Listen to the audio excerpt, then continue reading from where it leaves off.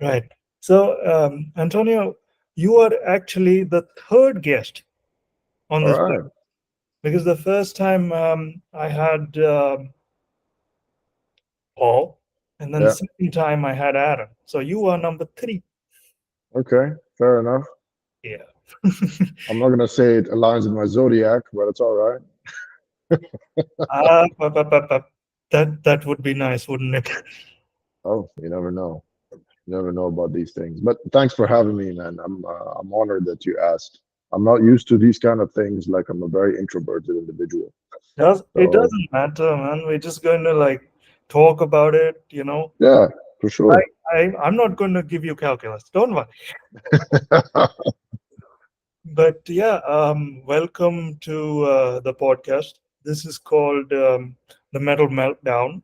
Okay, and it's basically something I had started because I got the idea in the hospital that maybe it's time to start something where I can meet with people who are like-minded and we can talk about metal and what it means to us. You know, Absolutely. because it Absolutely. I think it's very nice that you're doing this.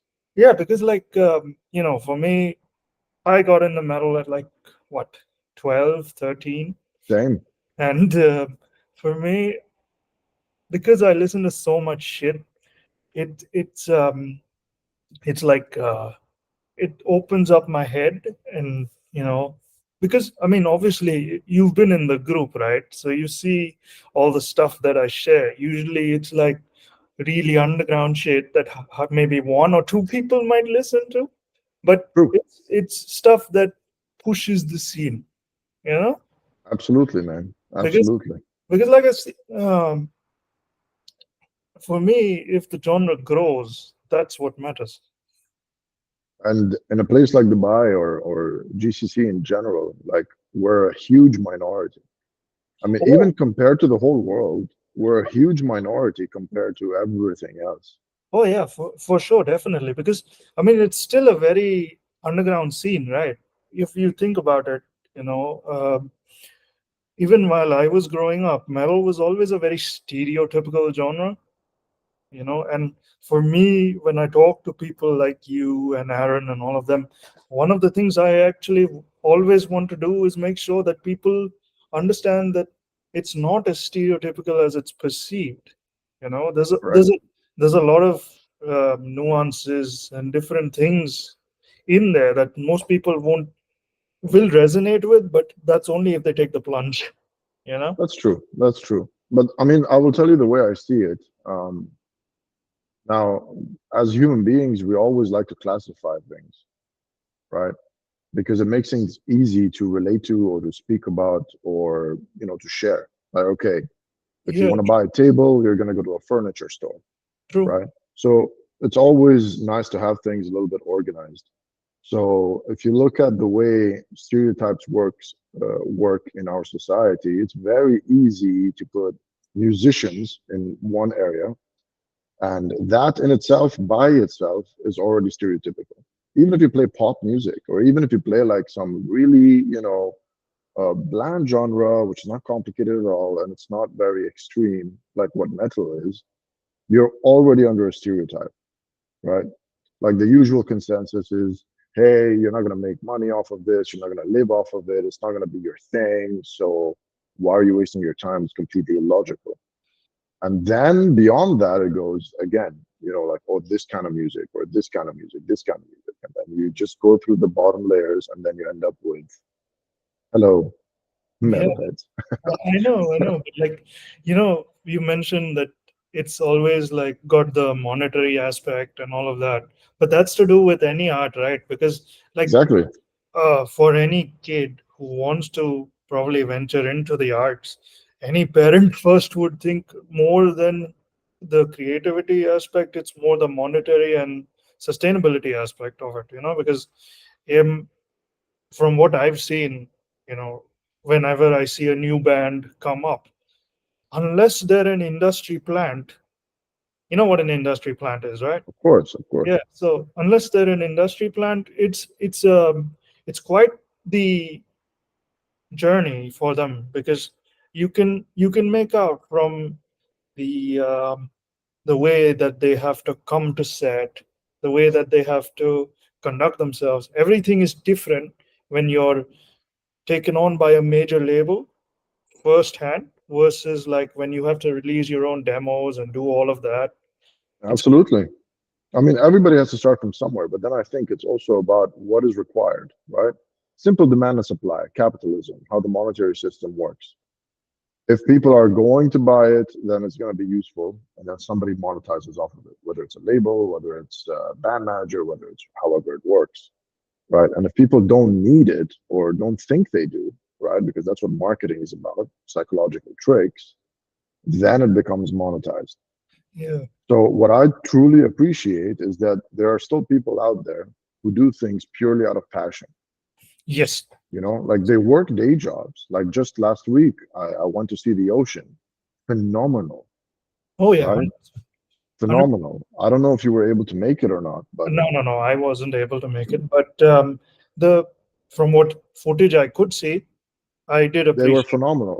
Like I would consider that better than their recordings, better than their studio, better than their albums or whatever you But hear.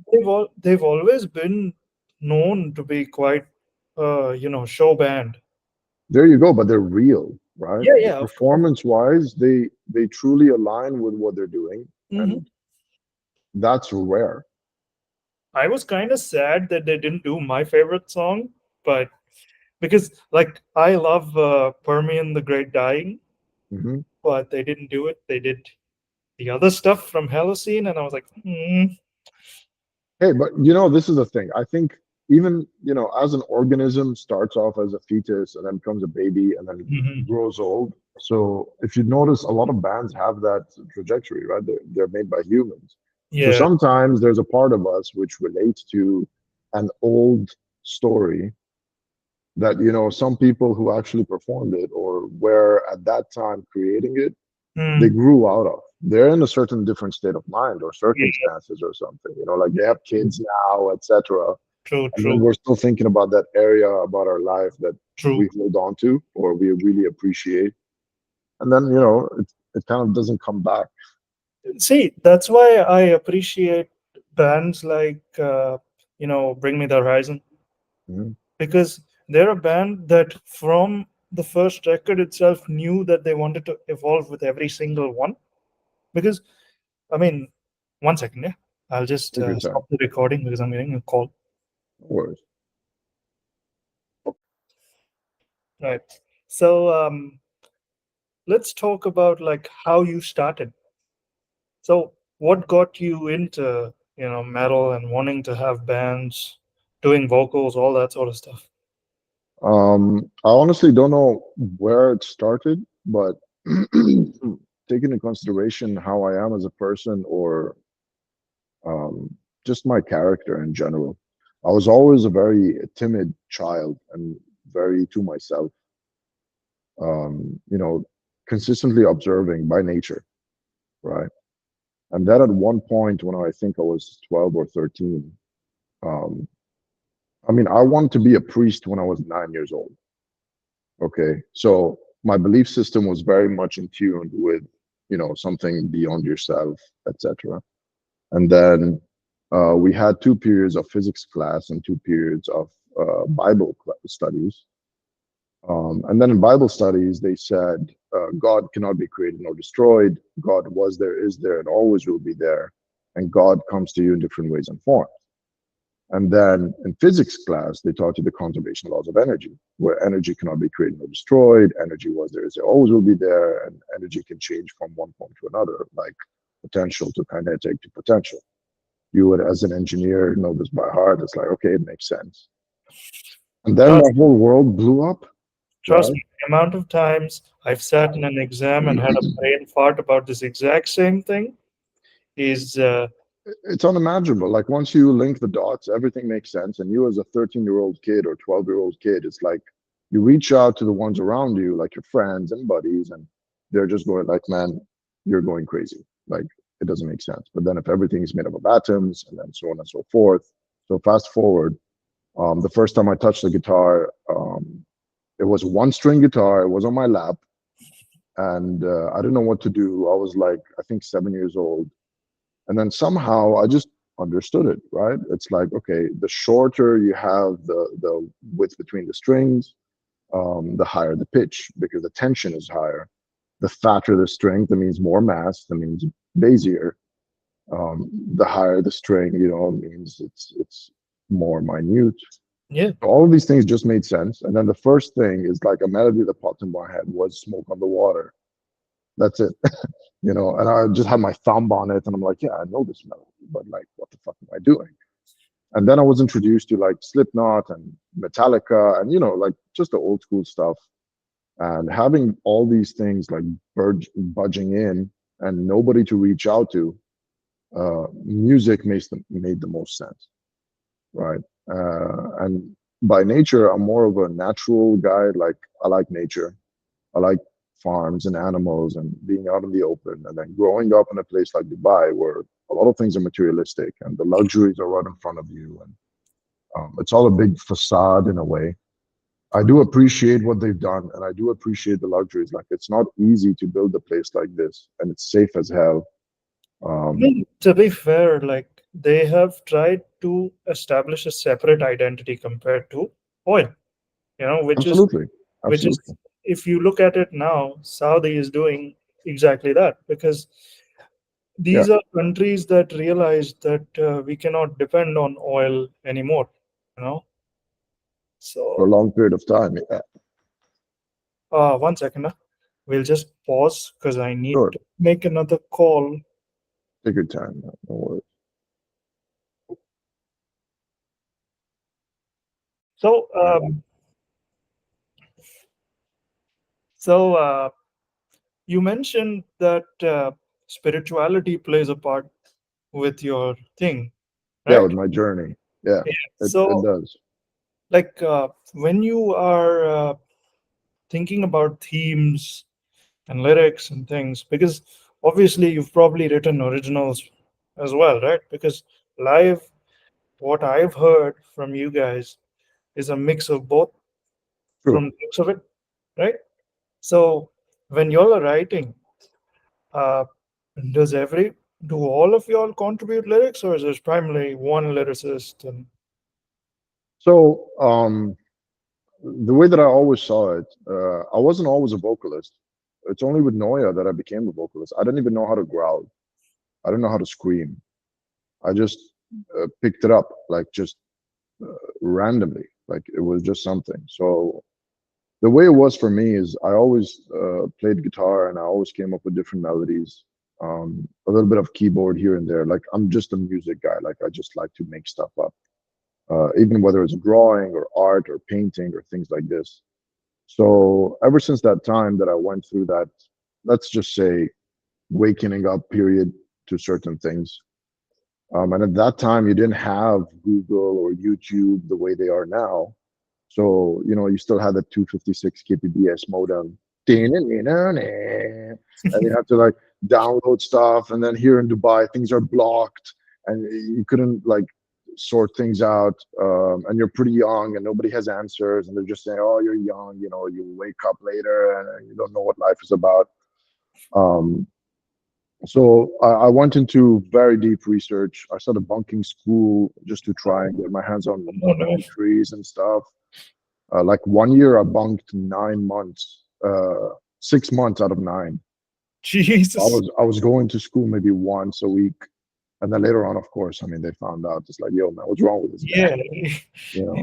Like, does he think he's a celebrity? Like, he I just mean, comes when he feels like.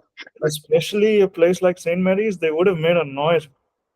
Yeah, I mean, they tried to, and then my father was barely around while growing up in a way because he was always traveling until things went down south with his business. But then everything has a reason, right? So going back to it, so during all these years, I kept researching about a lot of stuff, and I always wanted to put my research into music, right? Like certain things that made sense that might help somebody out in a certain way, or they're trying to figure something out. And then much later on, like I went through blues, um, acid rock, psychedelic rock, back from like even the 1920s classical music to Bon Jovi just playing, and I'm like understanding it. And it doesn't mean I necessarily enjoyed it, but then again, I have two elder sisters, and they're part of the society, and they're just out there. And me being the black sheep, as all metalheads are, you're just there like grunting, like, what is this? But you get exposed. You did your stuff, and then I was always like inclined to write a book. So I want to put the research into music. And later on, Tool was introduced to me many times before, and I just didn't have an ear for it. I'm just like, I don't want to listen to that. Yeah, It comes in phases, I think. that's usually how that starts. I mean, for me, like I started off with death metal and all of that. And then I went to the older stuff, thrash and things. And then afterwards, once I started listening to prog, my brain couldn't process thrash anymore. But that's the thing, right? Certain things become very predictable, right? And why do we like suspense in movies? Why do we like suspense in stories? Because there's a certain twist. Yeah. There's certain like, oh, I didn't know that. Like if you knew the magician's secret, it wouldn't be magic anymore. It wouldn't be an illusion. It would be boring. You'd be like, yeah, yeah, okay, I heard this joke before, you No, know? So I think prog is not what it's supposed to be these days. Like now, overcomplicating things or making it seem unnaturally complicated, it doesn't serve the purpose. Like if you listen to classical music, it's pretty proggy. It's very proggy. Even the ancient Indian scales, that's proggy as hell. But what does it mean to be progressive? It means to progress. It means a certain theme needs to. There's a continuation. There's a story behind it. yeah, yeah, yeah. I mean, like, if you think about it now, okay, from what I can see, especially in the mainstream, is that if one band does something and it gives them widespread recognition, other bands start to follow suit. You Yeah, know, you can see that in all the cores. Like your deathcore, metalcore, uh, all the other stuff. You can see that because what ends up happening is one band will use symphonics, another band will be like, "Oh, this works," and then they'll start using it. Certain bands will start looking at song length and be like, "Okay, we made a 12-minute song that blew up." Now other bands will start doing that, but there won't be any variety. and okay, that's what brings us back to the creative aspect. I think. Okay, just this is just based on my experience. It might not apply to everybody, but the way I've seen it is that it's very easy to look at a certain piece. Let's say you came up with a melody or you came up with a few words, and then you go like, okay, so I'm gonna do it this way because it's been done before, right? That's a safe aspect, but I think that's very mechanical.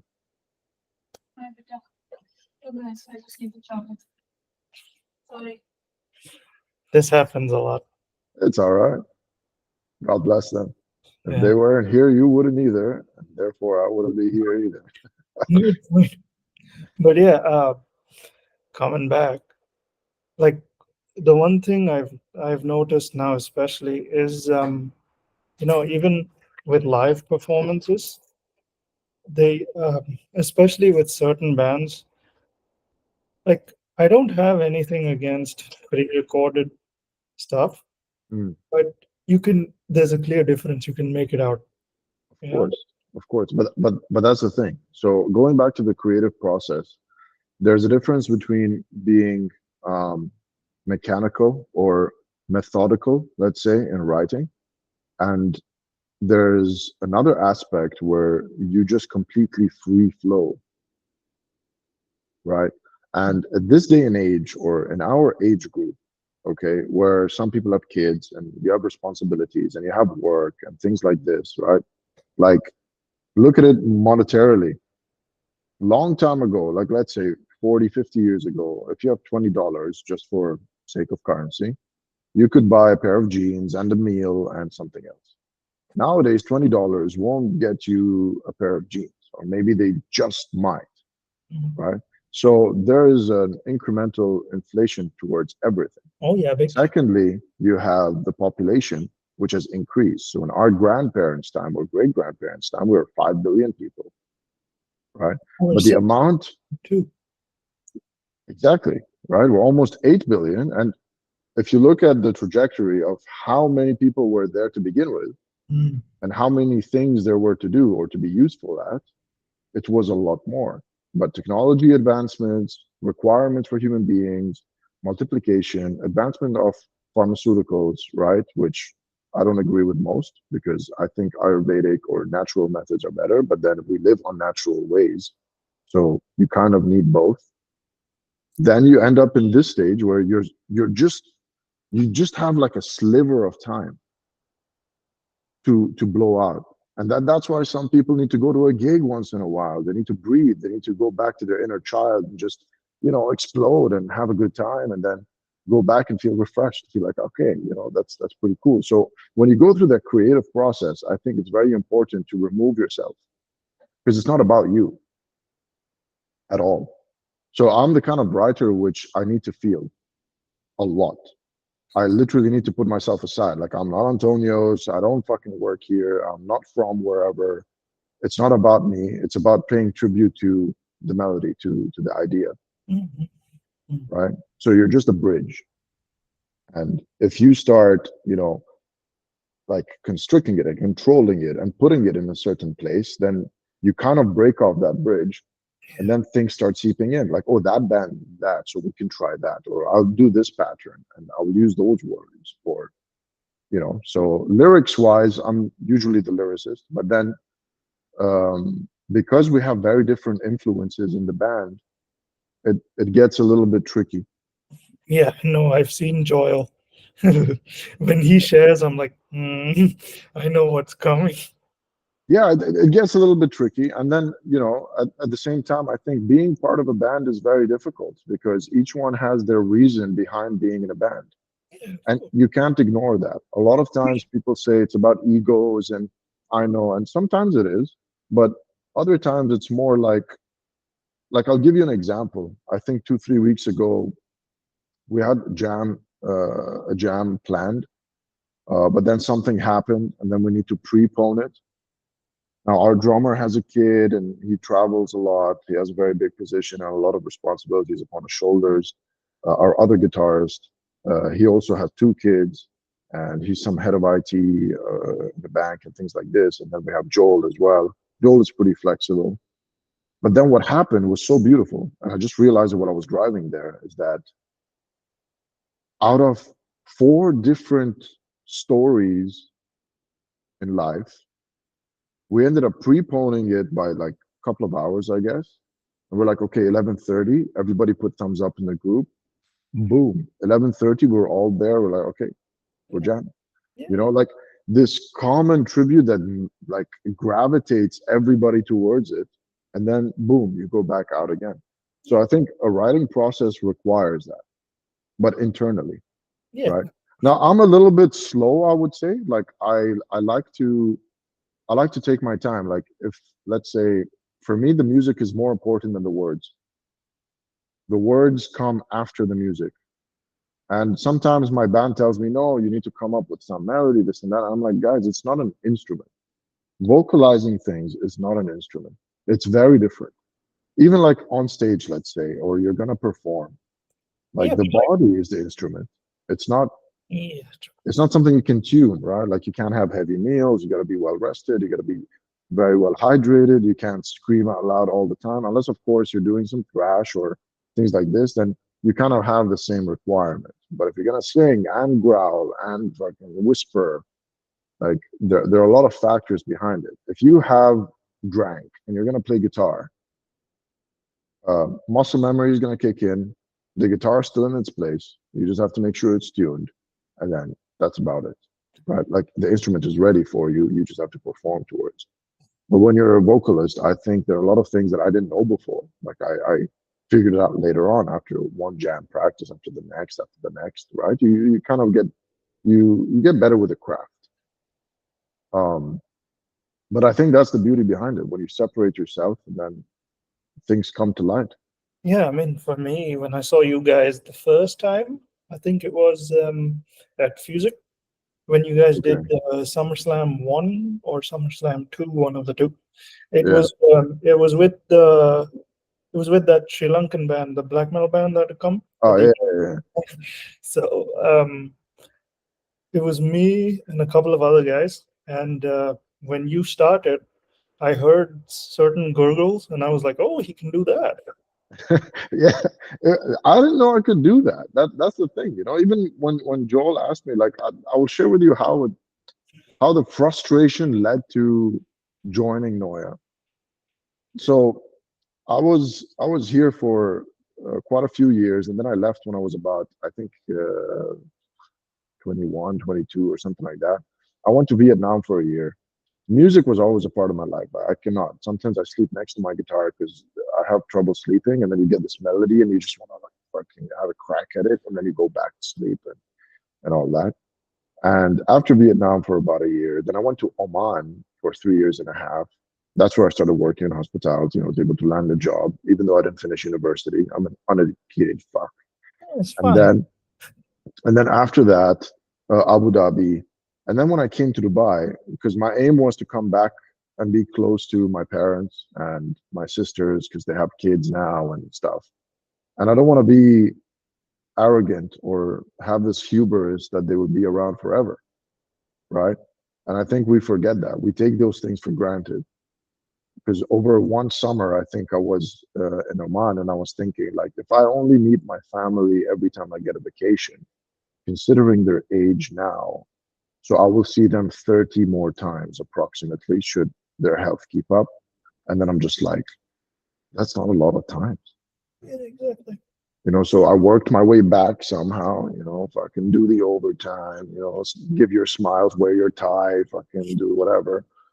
Um, and then somehow I slithered my way back. And then as soon as I came here and I started this job, I was like, okay, so now you have all these ideas in your head. So I have an idea of a whole album, okay? And it's about a story of a blind guy, which is based on the book that I'm writing. Um, and I think it's just nice. It's just nice to have and do. But then, introducing it to Noia and everybody having their own little Flavor. things.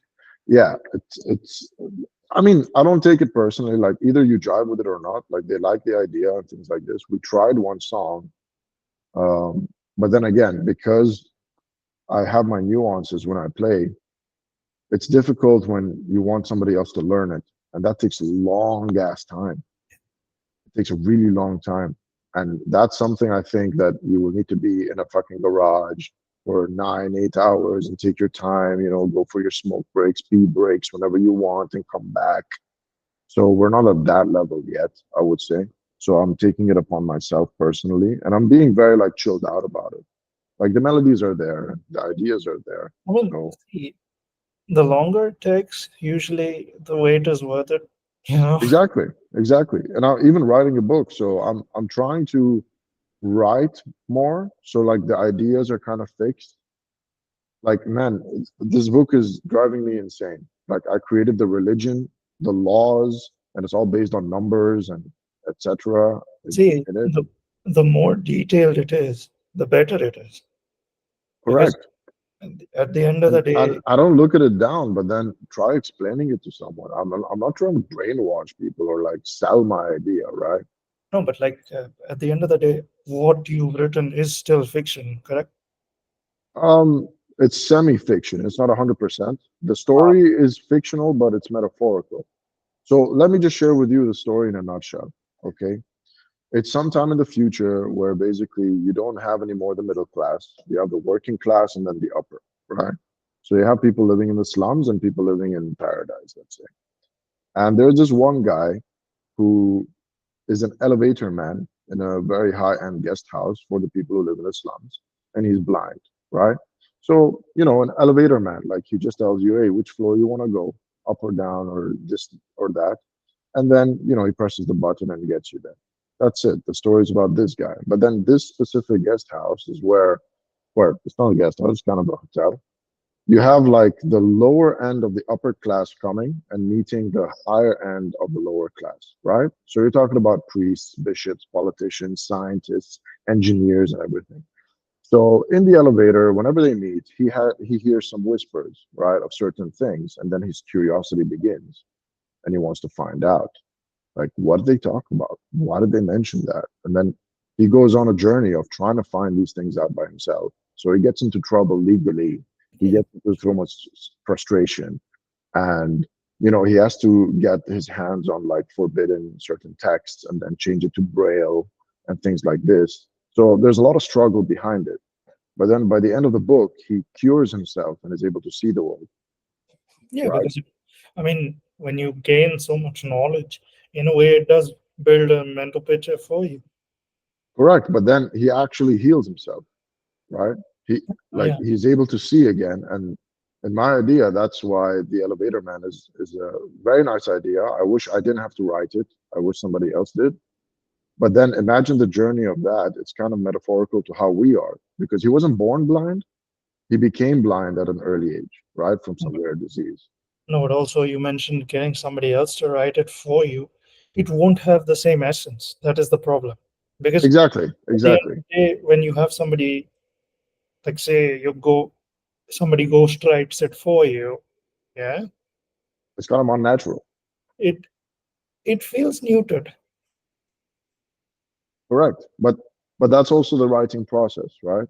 Like Mhm. when you're a band and you're gonna take an idea, or let's say a theme or a certain way of doing something. Like techniques are cool and skills are cool, but how were they invented?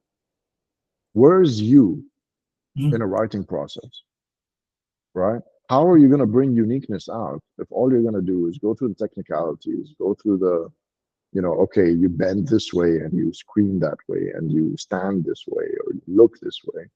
Then you trade your individuality for what's already there. And that's not progress, that's stagnation. And I think every creative art goes through this, right? Like, out of how many songs or bands do you have to sift through to find something unique that, tickles your amygdala? There's a lot. It's There's a it's lot. intense, man. It's a journey by itself. Yeah, yeah. So, but that's the beauty of it. I mean, That's when you find something rare. I had spoken about this to Aaron, Yeah. and we had talked about how you know what thal is, right? No. So thal is basically the Swedish progressive metal. That's like Vildiarta and you know all those ultra genty bands. Okay. It was started by Meshuggah, but now it's evolved into you know. Into its own genre. Yeah. Yeah. Like gent, as they call it. But the issue with stuff like this and what technically deathcore has become now is that it's only become a race to become who can break down heavy, you know. I don't disagree with that. But then again, you see, it's like, let's say there's a song and then there's one part that you really like, and then that part is, we're stuck on it, and then we Yeah, expand that into a whole fucking album and this and that. So you get the same feeling, but then imagine you have like a favorite food and you eat it all the fucking time. You're bound to need change. yeah, because like for example, you know, we can talk about something like Alex Terrible, right? Yeah, Slow. of course. So Fucking insane guy, man. he's an insane guy, but the issue with that band is they're a very singles related band. I had said this to Aaron, because I agree.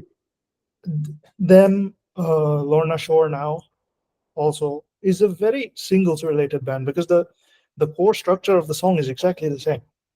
You Right. know what's coming every time. Like Predictable. Lorna Shore will have three breakdowns in one song. Slaughter to Prevail will have Alex becoming, you know, Yeah. the monster. Yeah. And you there's no surprises anymore. Unless, you're just, what to expect, then okay, he'll get the reaction out of you. But for an album to flow, it's not.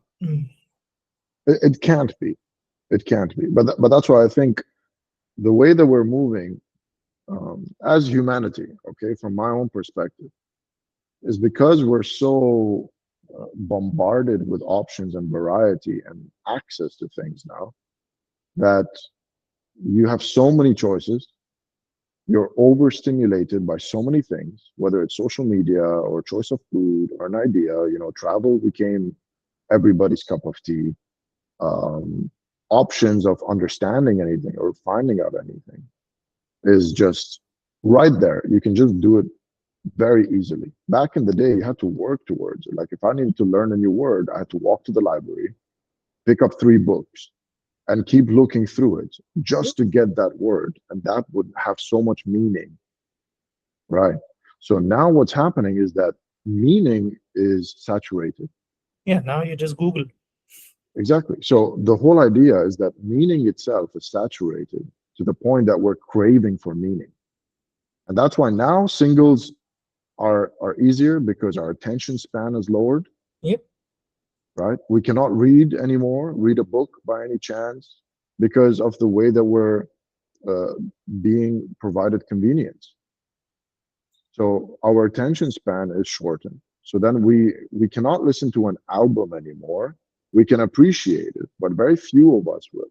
But I think this will be coming back, just like a normal loop. It should, because at the end of the day, especially in the underground, there are still bands that are putting in so much effort to release a record that is memorable. Absolutely. You And know, and that's the thing, right? You can try 100 ideas, I but mean, then one might work, right?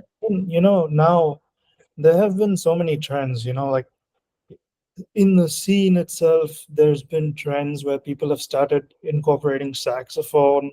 That Yeah. has been a very ongoing trend. Then certain bands have started doing this thing where one entire album is a single track. Then True. other people have started, incorporating pop influences, jazz influences, stuff like that. I mean, also right? Not really. Maybe if I heard them. So they're a New Zealand death metal band, but Okay. instead of having like a lead guitarist or a lead vocalist, they have a lead drummer, and he does all the beats and the melodies, while their core sound is dissonance. Okay. That's pretty interesting. Yeah, and he has sort of like a jazz background because he incorporates a lot of jazz rhythms when Okay. he's and his feet work very fast. That's a different story. But that's what I'm saying. Like there's beauty behind it, but then at the same time, like let's say a lot of people cannot appreciate jazz. Why? Because in the beginning it's just very random. It's just like, what the hell am I listening to? But then if you pay attention and you set yourself aside and you give yourself a little bit of space and you listen to it again, you get accustomed. You have the right tools. It's just like an operating system on a PC. You need something to translate something. No, and plus, yes, all these types of genres sound abrasive at first, but the more you listen, you'll understand the nuances of what's going on. Correct. But that's why it takes time. It takes time to appreciate things. Like Yeah. that's the natural process of things. And now we're living in a very unnatural way. Things are very fast. Everything's like just goes right beyond you without you even noticing And because of the bombardment of options and variety of things. Like no, and even the pandemic changed things as well, because that made everything in the palm of your hand, you know? correct. Now, I'm not gonna go in through the idea behind how the pandemic started or anything like this, but I'll give you my 2 cents on it. Whether it was a social experiment or not, whether it was something interesting, I'm not going to go into my research about any of this.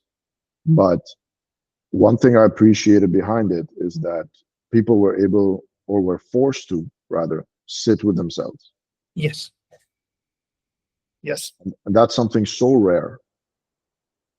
And if you notice in all the previous religions or any prophetic texts or any unbelievable insight by any creative artist, whether it was Picasso, whether it was Da Vinci, whether it was, uh, I don't know, Jim Morrison, Mm. or anyone else, there's always a secluded spot where you literally had to single yourself out entirely in order to be able to receive things or create things or to bring things forward, right? Just like a psychedelic trip. I know a lot of people might think, yeah, I'm some hippie fuck or whatever, but a psychedelic trip is just like you traveling somewhere, and then your responsibility is to come back with something, right? So when people travel, what do? Oh, they buy some food or some goodies, and then they come back and they share them. Yeah, yeah, And that's just like a heartbreak that you go through, or losing a loved one, God forbid, or losing your job, or hitting rock bottom and then getting back up. That's a psychedelic experience in and of itself. Your 12 operations, for example, going through the whole idea, going through the breakdown, the struggle, and then coming back up again, all these things serve a purpose because let's say somebody else goes through something similar, you can go like, hey, this worked for me, it might work for you, yeah, yeah, exactly. and it's not that bad. You might think it is, but it's not, you Yeah. know. I mean, I got through it. You can too. There you go, man. There you go. And this is the idea. I'm so glad you said that. Most people don't. No, but Most people, like, they will not even look at the fact. It's very egotistical. It's like the same idea when it comes to like something bad happens to you, you go like, oh God, why me? And then when you do something good, you go like, aha, you see what I've done. no, but see It's that like, the issue with that also, because I know people like that. It's it becomes a question of how your self-esteem is and how your self-worth is. You right, know, because if your self-worth is low, then yes, every time you will definitely, start burying yourself in your own sorrows every time you fall. And right, that's not something I want to do because it's very depressing, right, And the issue with that is like you'll start only looking at this at the negative side of things. I don't want to do that. I have gone through way too much to start thinking that, oh, you know, nothing is on my side, blah blah blah blah blah. I don't want to do that. It's no but fun. it's not. But it's kind of a gift, and I'll tell you why I see it that way. I was just explaining it yesterday to my woman that the body, for example, doesn't know the difference between excitement and anxiety, right? The body will still get, okay, your pupils dilate, blood flows to the extremities, so you're in fight or flight response, your heart rate increases, etc. So the only difference between being excited or being anxious is your point of view. Yes. You're either looking forward to what's happening or you're kind of taken aback and you're worried about what's going to happen. So the body's going through exactly the same thing, but your point of view is your choice, Yeah. and that's, I think, where the power comes in, the choice of your point of view. You either look at things as opportunities or it's part of a story. Like everyone is a story, Yeah. Yeah. and the ebbs and flows is what make it so dynamic and beautiful. I mean, it's literally the perspective. Exactly. Perspective you have is it. And I think a healthiest perspective is to have your principles and values and your morals intact, so your backbone doesn't shift, but to be able to, you know, experience multiple things simultaneously without losing those. And I think that's where self-esteem comes, and that's where ego comes. So there's this other idea that the ego was birthed in the mind in order to protect us from our ancient past. It's like a defense mechanism. Yeah, yeah, it is. But at the same time, the issue with the ego is that it can grow to a size where it becomes, it takes over, Correct. and the problem with that is then you hold yourself. to such a high status that you start to look down, Correct. which is not something I would ever appreciate. Me neither, man. Me neither. And that's why, one thing which I was very surprised is that in the metal scene, so as soon as I got into Noia, and man, the way I got into Noia was very interesting. So I started this job, right, as I was telling you earlier. And then after all these years of having this idea of the book and my music and my demos, just like recorded voice notes here and there, like random stuff, I just got frustrated one night. I was doing some training because it's a new company and, they have their requirements and policies and ways of doing things. So I got so frustrated. I'm like, okay, now you're in Dubai. What the fuck is your excuse, man? Like, enough. Like enough going like, oh, I will not find musicians and oh, this is woe is me and it's my thing and I'm the fucking piece of shit. And then I'm just like, okay, enough. I put my training aside. I put the modules aside. I was at home. It was, I think, 8:30, 9 p.m. And I usually wake up at 5 or 6 a.m. I try to get myself into a healthy morning routine quite recently. And then I come back home maybe 8 or 9 p.m. from work. It's hospitality, service based. So we have no life. Um, and then I was just like, okay, I want to Google, and I'm like, join band, enter. That sounds like the shittiest prompt to give, but I okay. swear to God, man, it was fucking weird. And I felt like a complete fucking moron. And I was just like, okay. And then there was like one side, which is like join a band or something like this. I'm like, yeah, okay, this is probably bullshit, being the skeptical fuck that I am. I clicked on it. I'm like, okay, sign up, whatever, do your bullshit. And then look to join a band or whatever shit there is. And then there was the first one, which was like some pop something. I don't know what. I'm like, fuck that. The second one was like looking for a vocalist. I'm like, oh, I don't know if I can sing, but I know I can, but whatever. And then music that we play is like Lamb of God, Opeth, Tool. And I'm just like, this is probably bullshit. This is probably some crap somebody put when they were 15 and they forgot about it. So whatever, okay, let's fucking click and see where this leads to. WhatsApp number. I'm like, fuck, I'm gonna WhatsApp. They're probably not gonna answer. It's not gonna be received. And it was like, yeah, okay, we're here. I'm like, okay, I don't know what's your name, Joel. Okay, um, when do you guys jam? Let's have a coffee first. What are you guys, doing? Because I take music seriously. Not that it's serious, like, no, you got to be this way, and no, but more like my approach towards it is um, very disciplined. Like uh, it's like a religion. When people are gonna go to church and gonna do what they believe in, like you don't get in the way of that, right? So maybe I don't agree with your religion or your way of life, but if that's gonna help you not go home and beat your wife to death, then so be it, man. It brings you peace and it brings you a little bit of a breather. Go ahead and do it. I will support that. I will not get in the way. As long as you don't get in mine and I don't get in yours, I think we Of can course. live together. So fast forward, we went for a coffee. I met Joel. I met Aftab, who was the drummer. It was a nice conversation. And then we started jamming. So, man, we had to jam like Lamb of God, Tool, Opeth, and I'm supposed to sing all of that? Like, fuck me. What the fuck? But I'm like a kid in the whole environment. Like, I didn't even know how to hold the mic. I didn't know how things work. I'm just like, okay, it was just me, my acoustic, and my electric with my amp in a fucking room. And here I am with people who've been jamming for quite a bit of time. And then it was just like a little bit of a, what's happening? Is this actually happening? Like, fuck, I didn't bring water.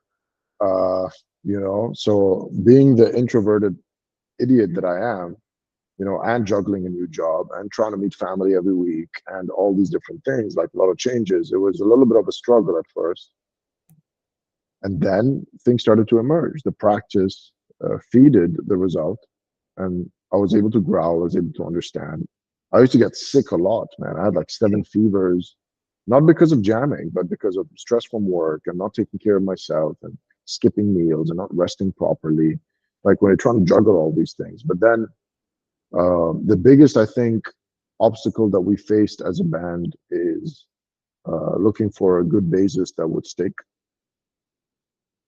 And then after that, it's also our backgrounds towards music or our approach towards music, right? So we have Ahmed, who's an amazing, phenomenal guitarist, okay? And he has a passion for it, like he enjoys it like more than sex, I would say, okay? And he's very technical, but he's also very 80s like, you know, 80s, 90s, like classical stuff. So it's like, oh, okay, we'll do this, and I will do that, and he goes off in a tangent in his own world, which is so beautiful to see. But it's like, man, we have 2 hours to jam. Like, let's focus here. And then we have our drummer who likes uh, to challenge himself and put himself in positions like, fuck, and he keeps trying it. He goes like, fuck, and he keeps doing it. But that's the beauty, right? You see everybody's inner child come back out, no matter what age they are, no matter what's going through in their life, they're there.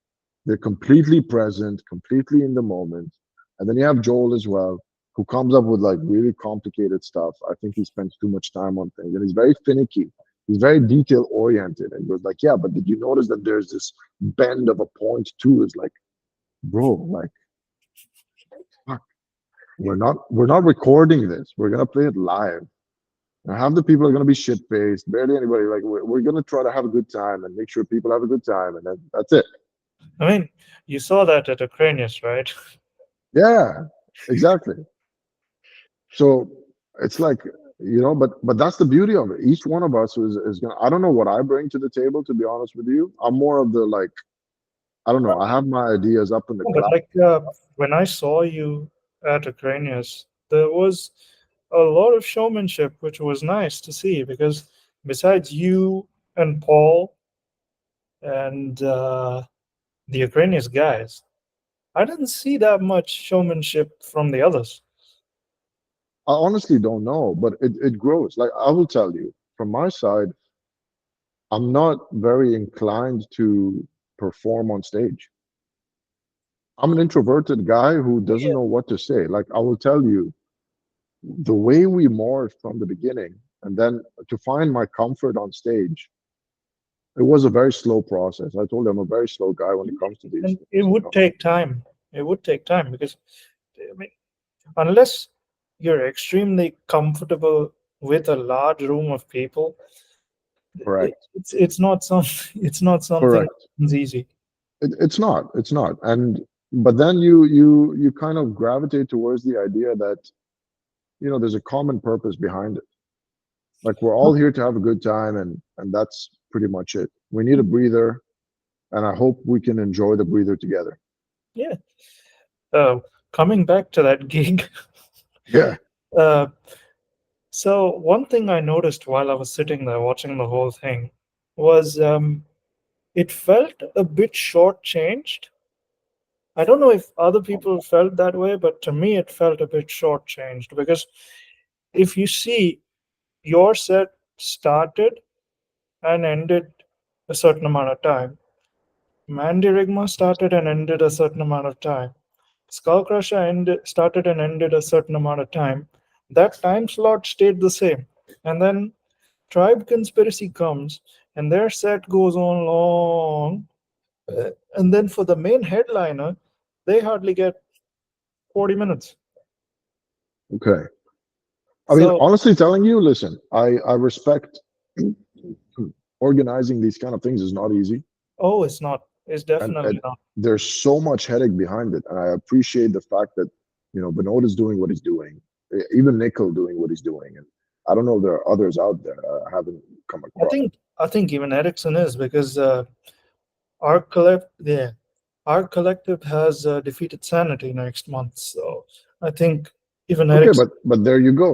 Like organizing these things for a minority of people is so fucking difficult, so difficult. And Metal East Records and Joseon Events, they're doing their best to keep bringing in these big boys, right? Just so that we can have a little bit of a drooling moment once in a while, right? And a lot of times I think it was a loss. Like I don't know if you remember. Dubai Desert Festival, Mm, mm, right? mm.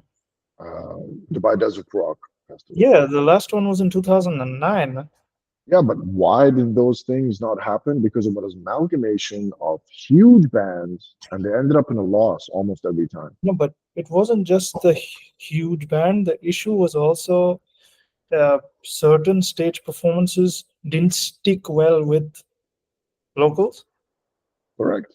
But Because that's what I'm saying. Like there are so many things against the scene in this region, which is I think slowly coming back it's because it's opening up a lot better now. correct. And Metal East Records opening up their own record Small. store. Like things are being a little more accepting, right? And it's like a tiny heartbeat, which is just expanding and becoming more consistent. And I think this is going in a very healthy direction. It is. It definitely is. I mean, I give props to Vinod and all of these guys for keeping the scene alive. It's Because so difficult, and I'm so thankful for it. You have no idea. yeah, because like for me, until I started going to gigs, I didn't even know there was a scene. Same until I joined Noia, and then Aftab, our drummer, he was just like, "So when do we go live?" I'm just like, What? "What do you mean live? I thought we Yeah. were gonna record and make music. Like I hate covering stuff. I hate it. Okay, but then again, if you want to find a common consensus and you want to stay intact, it's required. Yeah, It's required. Like shit. If I'm gonna go on stage and we're just gonna do originals, everybody's gonna go like, "What the fuck are these guys doing?" You know, like I don't know what the fuck I'm listening to. I'm not having a good time. It's just not the way it works. no, it needs to be a healthy mix of the two. Because Yeah, yeah, I mean, half the crowd is shit faced anyway. exactly. Give them something that they heard to when they lost their virginity, and then things are okay. Um, but then the whole process, like that's why I told you, like for me, music is very serious. Like the tonality behind it, the meaning behind it is so great because it's the only thing that has stuck with me ever since. Right? Like it feels the closest thing to home than anything else. Anything else. My culture, I don't pertain to. Most of my friends were Indians and Filipinos while growing up. I didn't like Europeans or Arabs. I'm half European, half Arab.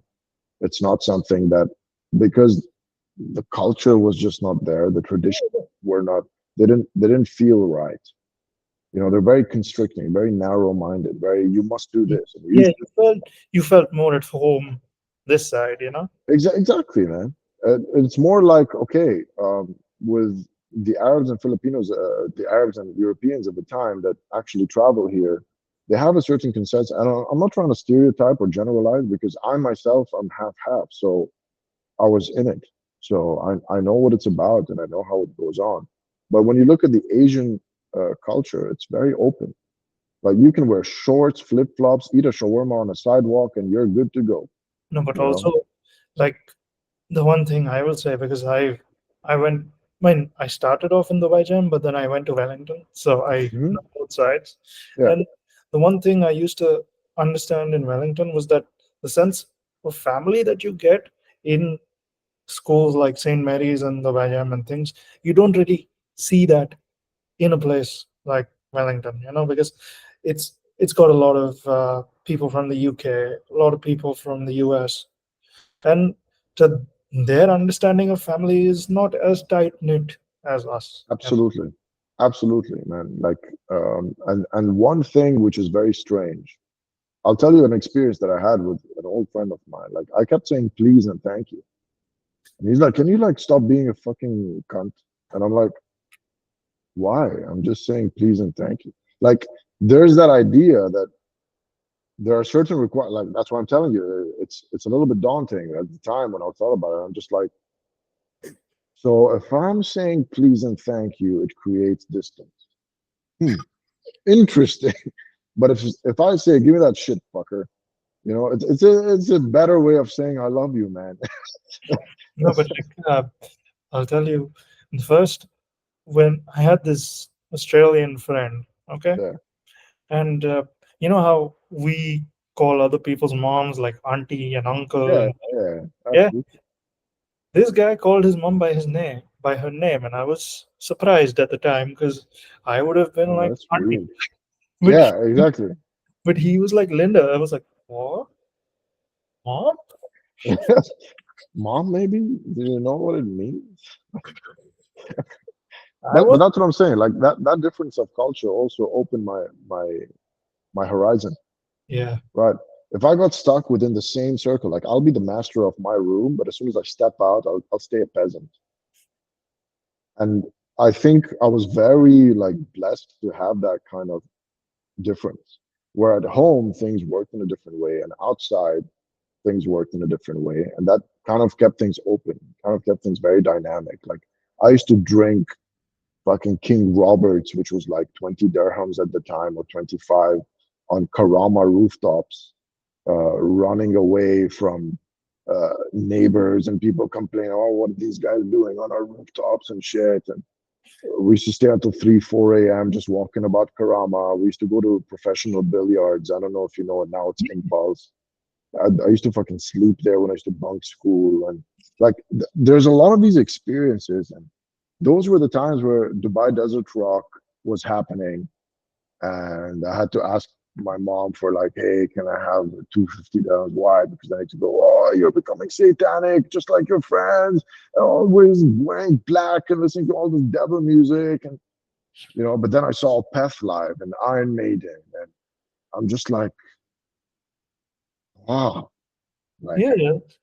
I mean, fucking goosebumps. I heard all those stereotypes too. I remember once I was so me and my friend we were listening to Heaven Shall Burn, right? No. So they're a German melodic death metal band. All right. They've done some really good covers of Edge of Sanity and shit like that. Okay. And we were listening to them, and this one girl from the UK, she comes and she's like, "Do you cut yourself?" I'm like, "Wait, what?" What? Uh, and then she's like, Why? "Yeah, yeah." She literally she asked us that, and we're like, "No, Yeah. What the fuck? no," because to them they thought that we were emo. Oh, nice. That's very nice. That's a nice compliment. So they were like, "Do you do this? Do you wear makeup? Do you do all of that?" And we're like, "No."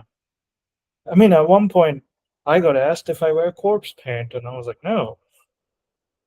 You should have said yes, just to see what happens.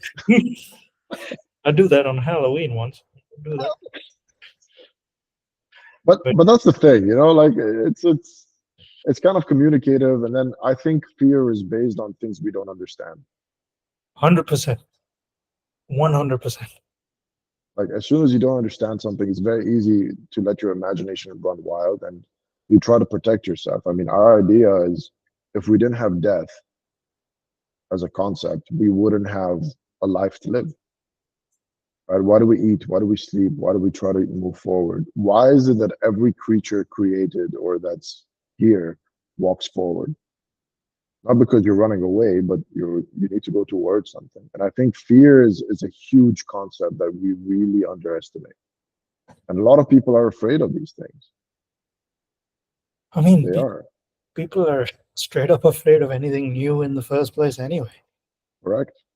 Correct. because it takes time and effort to understand. And I think those are the two real currencies. Like whatever you spend time on, whatever you pay attention to grows. And that's why you spend and pay those things, right? So it's like you're planting tiny seeds, and whatever you're going to water and shed some sunlight on is That's going my to dad. come. Hi. Hey, Hi, how are you? all right. How are you? Good, good.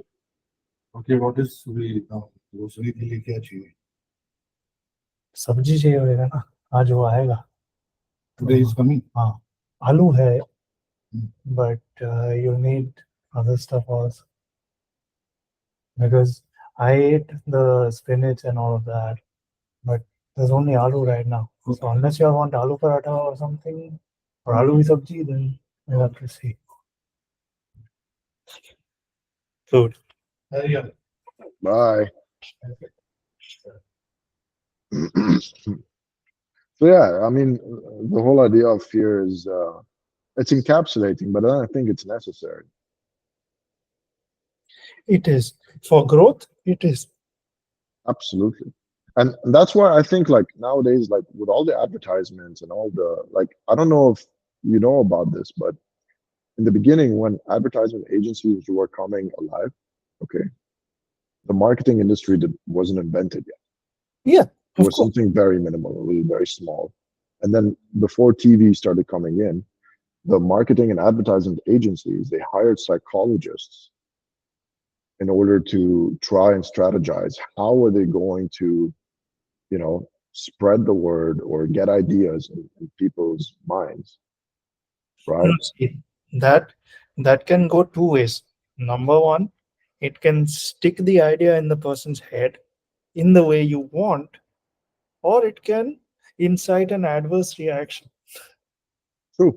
That can go two ways. Like, I'll tell you something that I have observed, especially in cinema, Hmm. because I'm a cinephile. I watch a lot of movies, All right. and Nice.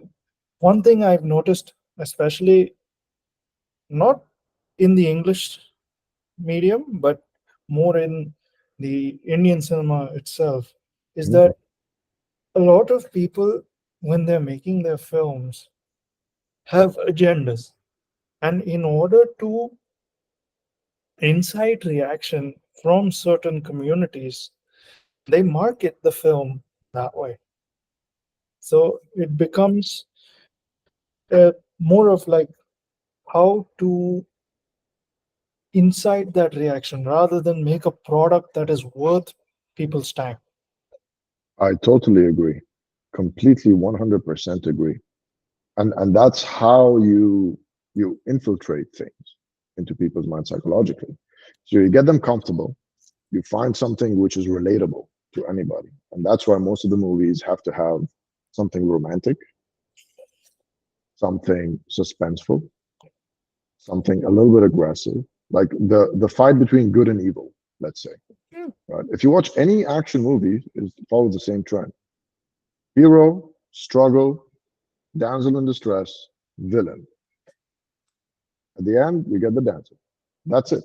You go through all the struggles. And why does it relieve a lot of people? Is because that's kind of your story of your life. You know, Battling through things and obstacles and then just getting through towards the, cherry on the cake. no, but the other issue with something like that, especially now, because if you see cinema now, the hero villain story isn't just about hero villain anymore. It's more about communities. Correct. Now it's become more about one community is this and the other community is that. And the way certain communities are portrayed ends up becoming generalization. That That's dangerous, man. is a problem. That's very dangerous. But that's why I think, like, let's say, even speaking right now to you and you speaking to me, and then whoever is going to hear this, they might have not shared this point of view or had this observation, right? And if they listen to this, maybe it will trigger something and then they will try looking at something from a different light. And that's why I think individualism is very important. Like going back to the pandemic time where people are forced to sit down with themselves and face themselves. This is very important because we're all imperfect and we're all trying to be better, but some of us aren't, right? And you're going to have this clash. So I think herd mentality, like even considering myself a metalhead, I don't agree with that. I appreciate metal, but at the same time, I like Porcupine Tree and I like listening to the Doors once in a while or the Who or, some of the new progressive house music that comes on board, because I deal in a society and I should be able to listen to a lot of the shit I don't like. Yeah, I mean, like for me, I listen to a lot of like funk now Okay. and you know jazz. Sometimes I spend a day not listening to metal and just listening to soundtracks, game soundtracks, film soundtracks, just to get in a zone. I'll tell you, one of the best game soundtrack that I've ever heard was the Witcher, The Witcher 3. I have the whole album of the soundtracks. It's Celtic kind of screams and like it's so nice, man. It's really, For really nice. for me, I always go back to Zelda. Hey, like, but you see what I mean? Like, it doesn't necessarily have to be something gruesome and brutal and, you know, in it like, Not the Doom one, and that's fine. yeah, exactly. But then you're like, if I'm gonna go tit tit tit tit, done. That's it. It's in your mind. And I think those kind of original melodies, original pieces of art, they really resonate to something which was not explained to you as a kid. It was not taught to you. It was not spoken about. And that's why advertisement agencies, for example, melodies, if you tone down the volume and you just watch the advertisement, it has a 70 to 60% less impact on you. Yes. And why is that? Is because if I'm going to give you a happy melody or a sad melody, you know it's happy and you know it's sad. But nobody told you that this is a happy melody, this is an upbeat, this is a downbeat. This is something you intuitively understand. Yeah, that's why, like most advertisements, you remember the ad through the jingle, not the other way. Correct? Correct. And this is where I think people miss the magic trick because I can come up with something really catchy, but then if I want you to start having some sort of subconscious thoughts or urges, then I will put the word sex, food, riches, etc. And then you'd be like, oh yeah, sex and riches. And then this will be implicated into your subconscious mind through repetition, just like mantras used to be. That's why you have the idea of mantras. That's why in every monastery or temple or church, people still sing in prayer. Yes. It's something very sacred, something that really resonates to something very Plus, ancient. like a lot of people use it mainly as the way for the energy to flow. And that's it. If you look at the idea of all our materialistic universe, okay, and I'm not going to be speaking about metaphysics. I'm just going to speak about normal atoms. I'm not going to go into quarks and all that. But what's the difference between this table and myself? Now, if I'm feeling good, then my vibration is high. And I'm feeling bad, my vibration is low. So let's say I'm depressed or I'm sad or I'm upset. I will not feel like doing the dishes. I will not feel like going out. I will not feel like meeting anyone. So I'm very low vibration. I'm not moving about, okay, in all matters of speaking. And then when I'm feeling joyful or something worked out or things are going okay, I feel like going and meeting people. I feel like taking on the world, etc. So you're in a high vibrational state. But a table, what keeps the atoms in a table different from the atoms in me is that it's in a denser state. The vibration that it's hold is a very low vibration, so it's No, keeping it intact. also the thing that people don't tend to understand is that the vibrations in your body are different at different parts of it. Exactly. Then Right? you go into the pressure points, and you go through the different what do you call them? The meridian lines, Yeah. right? Where you do acupuncture and those ancient arts where they're in the Vedic texts, they're in the Gitas, and you go back through ancient times, even in China, right, and in Japan and through the Aztecs. And they have all this very deep knowledge of how they use different herbs and different ways, and with water fasts, and even the idea of fasting. It's basically to give space for the nature of the body to come back. That's why they say rest as much as you can, and that's it. Be under the sun. Yeah. Eat clean. Don't put too much shit around you. It's the same thing I think with the mind. If you're gonna keep putting like, oh, there's this to do and you can do that and you can think about this and you can think about that, then you're gonna stay in this state of, distraction. Everything is very short-lived and it's like short bursts, short bursts. Now what are reels? What are memes? True. Like instead of reading a book, I'll give you a one-liner. Boom. But then the whole journey of a book is going to give you a whole experience that will bring you up and push you down and then push you up and then bring you down and then right and then you find this beautiful experience that you can take with it wholeheartedly and then you can share it and then you can bring it back and then you can live in it and live out of it. So the idea of sound, I think, is something so powerful that people really underestimate. Oh yeah, And that's why, like, for example, when people argue, why do they scream at each other? I think because vibrationally they're far away from each other. And then when you're really close to each other, you can just whisper. Or even like, let's say you have this really good friend and then something happens. You guys don't even speak. You just look at each other and you understand. So there's not even a need to speak no, at some point. and like most of the time, if it's a friend you haven't spoken to in a long time, but because the vibrations are good enough, you're able to just continue the Pick up conversation where you left off. where you left off. Like nothing ever happened. Yeah. And that's what I think people underestimate. Like, what do you listen to? Oh, I listen to this and blah blah. Okay, cool. And then they don't see the impact it has on them. Like, I don't know if you know this band, it's called Psychonaut, Yeah, I know. you know, and they did this whole album, Unfold the God Man, and it's on like 432 hertz and etc. And I know a lot of people think it's mumbo jumbo, but then when you do a little bit of research about it, and yes, it is borderline pseudoscience.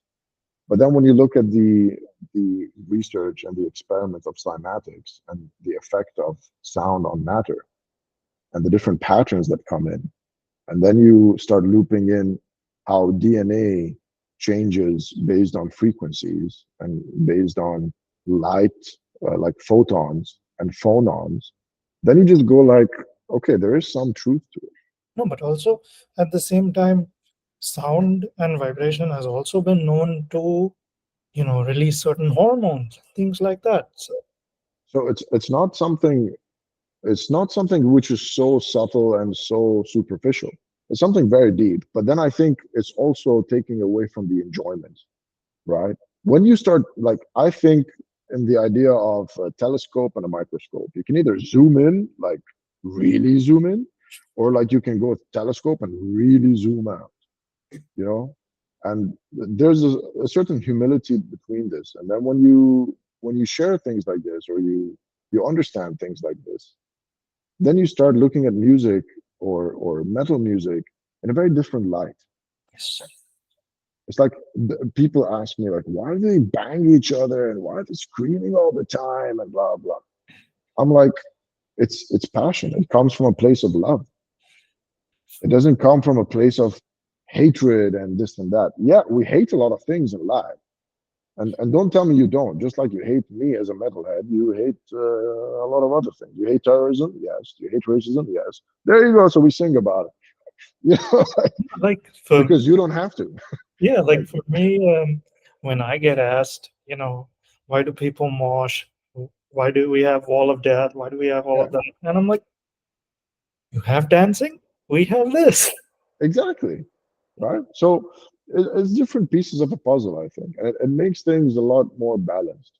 And like for me, the one thing when people ask me, why do you scream in metal? And I'm like, well, it's an it's a way to communicate an opinion at the end of the day. Exactly, Because it uh, really is. I mean, like for me, I like slam, you know? Okay, So when you listen to extremely gurgly vocals and all of that, yes, there is lyrics underneath that, but at the end of the day, the way I look at it is that he's saying words, sure, but at the same time, it is part of the experience, I totally agree.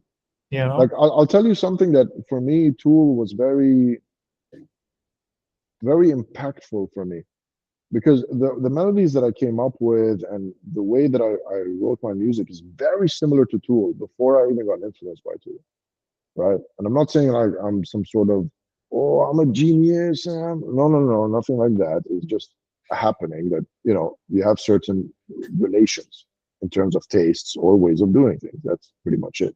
Like, if you notice, The guitarist from Tool, I forgot his name, man.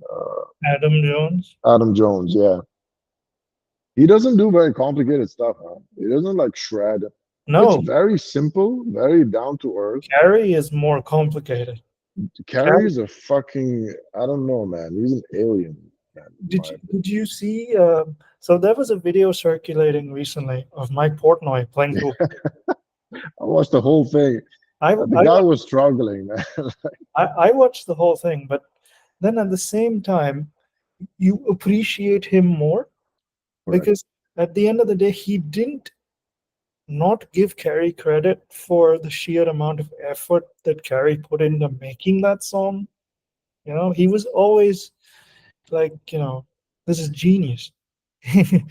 But that's the thing, man. Like it's a blessing in a way that each one has their uniqueness. It has their unique, and they bring something to the table. Like imagine you're in a group of friends and somebody comes and just agrees with everybody all the time and just says yes to everything all the time. It's like, where are you, man? What do you want? What do you bring to the table? And I think that's the creative process requires that. If you want to do anything new, There's no you point. gotta take the risk. You gotta take the risk of being you, regardless. Plus, I mean, like in terms of sound, also, if you don't take the risk, there's nothing that differentiates you from the rest. You'll still be a sheep. Correct. And this is the issue with herd mentality, I think, because it steals away your individuality. And Right? and You trade it in, and that's why, like, even the idea of being a metalhead or things like this, like, you should wear black, you should know this band, you should blah blah blah. And don't get me wrong. I mean, listen, if you're comfortable with that, by all means. But I don't think in such a scenario of what metal is, even if it was named something else, blueberry pies, whatever.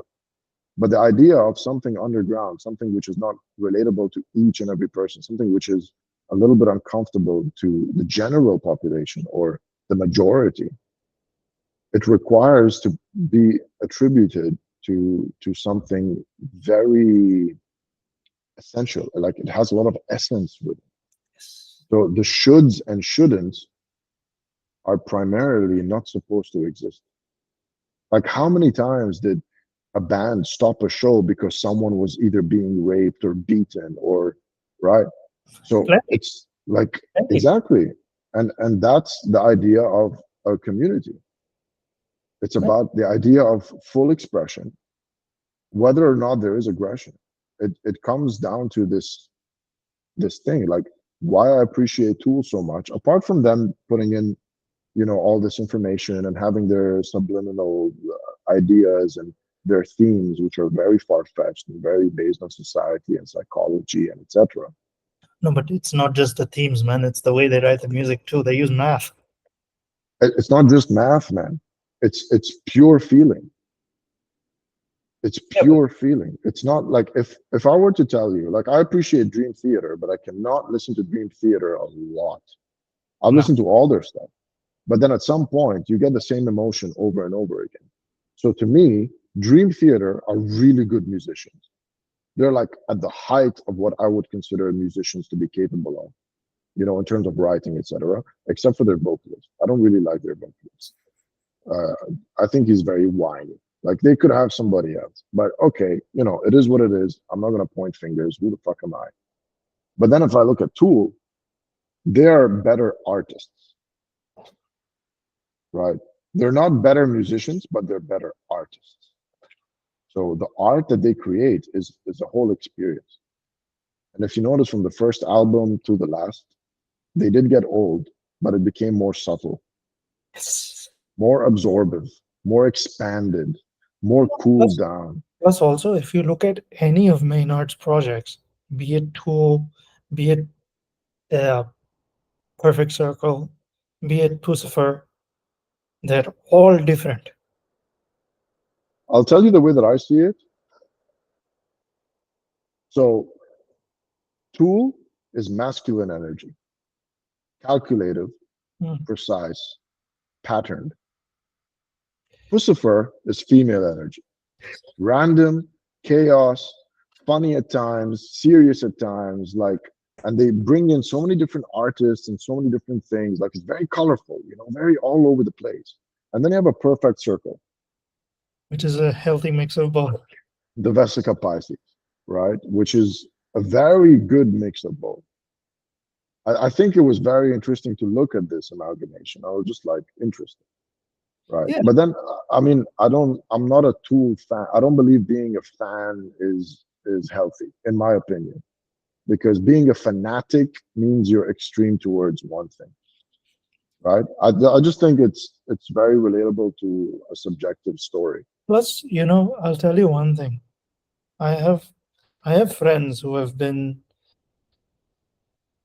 I don't want this to sound terrible, but it's the only way I can put it. So, I have friends who have been consumed so much by a certain artist that they like that normal everyday conversation just centers around that, and it becomes very one note.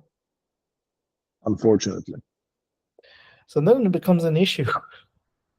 unfortunately, this is what I mean by having an open mind. It's very difficult to do that because it's risky, because you're stepping out of your comfort zone. You're stepping out of, like, how many bands do you mention until now that I don't know about?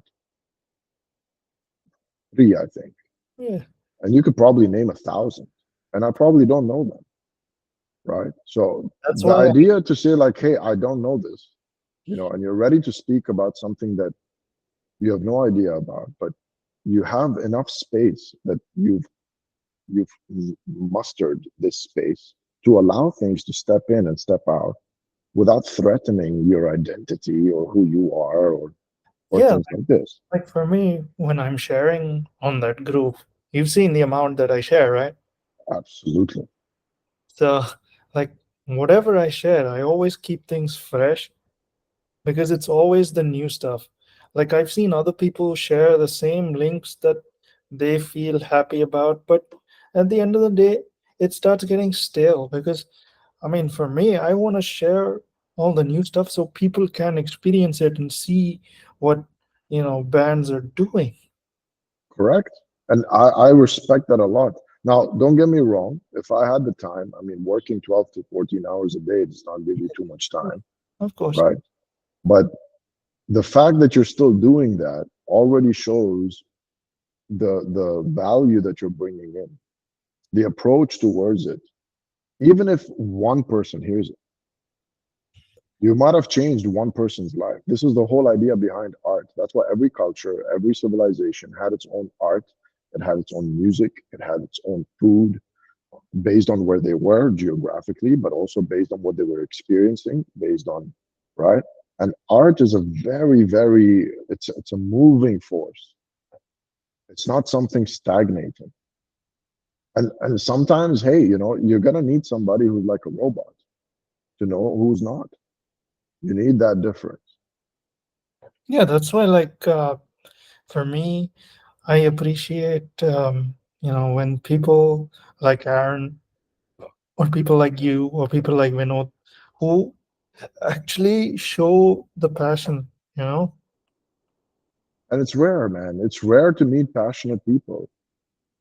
That's why a lot of people give up on their dreams. And I don't blame them, man. It's hard not to. It's hard. Plus, also, you have to understand that it depends on the way that you grow up as well. If True. you have family that supports said dream, then it's easier to pursue. But Much easier. but at the end of the day, you're still putting in the work. Exactly. There's the idea that you can have 10,000 ideas, but if you don't act upon them, then they're just ideas, right? And the world is not designed to support creativity. True, true. It's Now, really not. yeah, It's really, but even back in the day, right? Like Picasso had to fucking die penniless, and Leonardo da Vinci had to be hired by the Christian church to do God knows what, and yeah. like there were always these struggles. But I think that But struggle is necessary to know how worth it is. but the thing is, now the dynamics of that has changed because in the past, Creativity was affected mainly because religion used to think that creativity will drive people away from religion. Correct. Now the problem is creativity is hampered because it's become a business. There you go. And And this is what I mean. It's not designed for creativity. Creativity is like a free flow thing. It's not something which can be calculated. no, plus the issue now is where there's three categories. One is that they'll find the trend and keep going with it. The second one is that, say, a company, your a record label finds a band that is new enough, and they'll prop them up and realize that they're gaining traction. Then they will promote the shit out of that band only and Correct. leave the rest of the roster.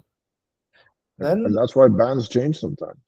yeah, and then the third thing is that the ones that are creative and really pushing boundaries will struggle to find labels willing to support them. So they will. Correct. Because it's risky. It's very risky and people cannot live off of that. So then what happens? You need to put food on the table at some point. 100%. And if you need to seclude yourself and be completely in the zone or in a flow state in order to continuously create something original, but you cannot eat, it's like we all have the same 24 hours in a day, and time doesn't wait for anybody. Things move on. And I think technology has helped us in a way, but also hindered us, right? Simultaneously. So it's like, okay, now you have the convenience of your phone and you can find things out, right? So let's say you want to order food, you can order food. But at the same time, you can learn how to cook your food, right? And simultaneously, while you're learning something, you can do something else. So you can use the convenience in order to move forward. But instead, majority of the time, it's the other way around. That the convenience will allow us to sit back. And I think this kind of creative process for anyone, whether they're in a band or they're painting or graphic designing, it becomes like constricted, where I need to do one, two, three. It becomes a checklist. I need to cover this, this, this. Like, oh, I'm writing a song, so I need a chorus, verse, bridge, chorus. Like, you're gonna need those things. And I think we're moving towards a very, very interesting time where it's complete chaos. Yeah. Whether it's a political situation, whether it's global warming turning into climate change, which I honestly do not agree with, but hey, that's my opinion. Um, whether it's the monetary system going from physical, like cash, to digital, um, whether it's going from a certain idea of everybody secluded. Like I had to go to China to have Chinese food, and now I can just order it. So everything is becoming like a kind of a mix until something amalgamates into a center point, like a one world government or whatever the tinfoil hats we're talking about. And then from that globalist kind of point of view, things are going to emerge back. So in terms of music, in terms of art, like now even hip hop artists or trance is becoming dark as hell. I Like mean, if I just look at a video, that looks like metal, and then I put it, it's like puka chika puka chika puka chika. I go like, what the fuck? yeah. How is this? How is this possible? I mean, Like, technically, that's how I discovered Ghostman. okay, Yeah, because one of my friends who used to be a black metal elitist. He's not anymore because I opened his ears. Um, okay, good he job. he showed me Ghostman, and I was like, "This is a thing. I'm interested." Yeah, like it really puts a fucking question mark on things, and you go like, No, I mean, this is even whoa, even if you look at someone like Poppy, yeah, Poppy went from YouTube, correct, yeah. and now she's with Knocked Loose and all of them. But that's the thing, man. It's so unpredictable. I mean, it all comes down to how you use the medium also, right? Correct. It's all about bridges, man. It's all because about bridges. because I mean, social media is one of the it's a big bonus, but at the same time it can be the curse as well. Absolutely. Because I mean, if you think about it, most people, yes, they don't read anymore. I mean, people don't really read the newspaper anymore because you can read an article on the internet that'll summarize the whole thing in 2 minutes. Correct. But the issue with that is everything can be opinionated to again incite a reaction, right? I mean, that's what technically Twitter is. Yes. It's it's a battle royale where people are, you know, expressing themselves okay, but at the same time, it becomes a battleground where people are expressing themselves with not enough information, I totally agree. and that becomes a problem. It does. But then I think that's where the solution lies, right? So, as it's a very reactive society, like even us as human beings, we're now becoming much more reactive rather than choose. Like we are moved in a certain way or a certain requirement or a certain urge. And these kind of movements, I think, are required because at some point, as a baby, you have to fall on your ass to know that you need to get up. Yeah, of course. And I think that's where we're at. Like even in the music scene here, right? Even in the metal scene, like in the beginning, man, as soon as I got into Noia and this and that, so I started going to every single fucking gig I could get my hands on. I even went there with my fucking work suit. I know. Sometimes even like on stage, I would go like right after work and I would go on stage. I might not perform the best, I might not blah, blah, blah, but I wanted to see each and every aspect, whether it's the sound system, to the crowds, to who's organizing it, to how does it work. Like I stretched myself so thin just to get that experience. And then I found out that there are these bubbles of people that keep switching about. They're the same bubbles of people, Yeah, you know? And then I'm like, okay, so that's where it's at. Now, it was a little bit daunting. But then at one side, I'm very grateful for it because, hey, man, we have bubbles of people who appreciate the stuff. And then on the other side, it's like, is it ever gonna break through to others? So when we played in Liquid Lounge, the people standing in front of us, now I usually, because I'm a retard, I don't I don't pay tribute too much to a crowd. Like as long as there's a one fucker there who's enjoying it, all right, man. That's it. But I didn't see those faces before, and neither did our band. Even though we fucked up here and there, and we're not the best, and this and that, like we have our shit to work out. It was nice to see those different faces. Maybe they were from the hotel, and some of them were enthusiasts for some wild night or whatever. But it's still, it's still like, um, I don't know how to explain. It's it was. still, It became a core memory. yeah, exactly. But then I'm just like, I hope it breaks. I hope it breaks through and that people enjoy. I mean, Anyway, Matt, how long do we have? Just just to man, I know. I, I got the premium package, so we can go as long as we want. Okay, fuck. Well, I will need to go in about 10 minutes, man. I have to No cook problem. some lunch We and can then. we can wrap up in 10. No problem. Are you sure? Like, Yeah, I don't want to hold it short. It's fucking interesting. bro, we've gone 2 hours. Well, there we go, man. So, We've gone 2 hours with the cuts.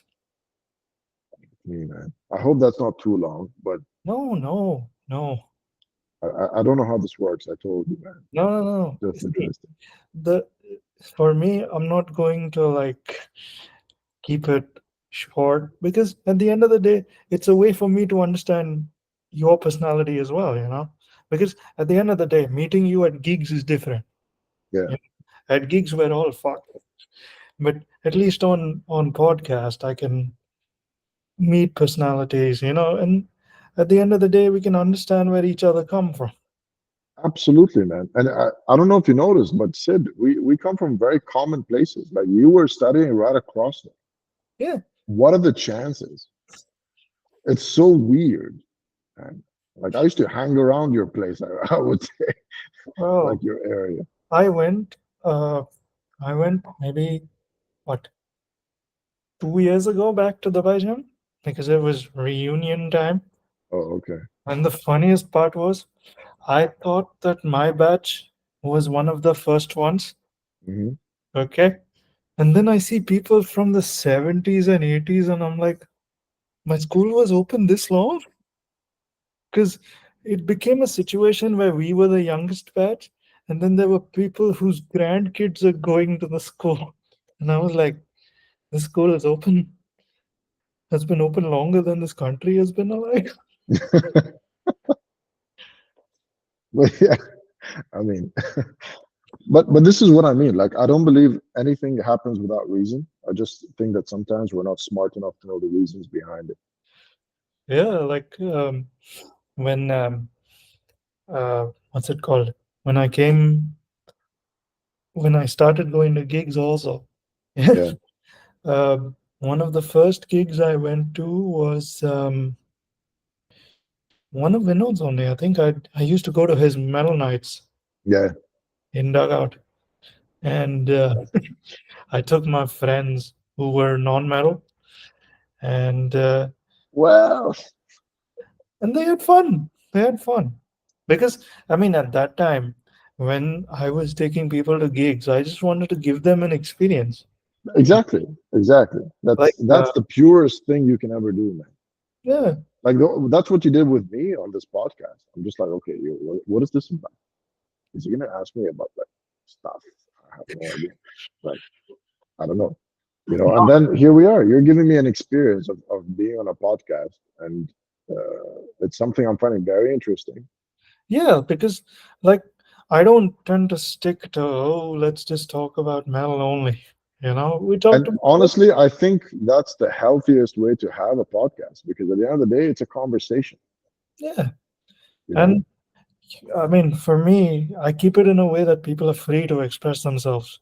I do that even when I make a group chat, I keep it free to express themselves. Unless when it starts getting offensive, then I'm like, you Yeah, take this outside. yeah, exactly, exactly. And Like, and again, it's about battling egos and I'm right, you're wrong kind of no, but scenarios. And like if you've seen any group chats with me, okay, like I don't do this in metalheads because metalheads is way too many people, but yeah, any group chats where I am admin, I if I see a fight going on, I'm like, take it outside, don't yeah, do it in here. If you have issues with someone, resolve it yourself and come back. correct. And that's the reality. No, because the problem That's the reality. no, because the problem is when you have group chats, yeah, and you have an issue going on. I have seen times when people tend to piggyback and Yeah. then it blows out of proportion and becomes an even bigger issue than what it was. It could Again, be, it's herd mentalities, man. yeah, I mean, it could be something, it could be something as simple as like, uh, calling out someone for something that they did. Correct. Then it becomes an issue where literally you get a herd of people trying to slander one person, And which is and that's sad, man. That's really sad. I think we're just not as tolerant as we should be. not anymore. Not Yeah. anymore. But again, that goes back to ego, right? Exactly, man. It's just an ego fight.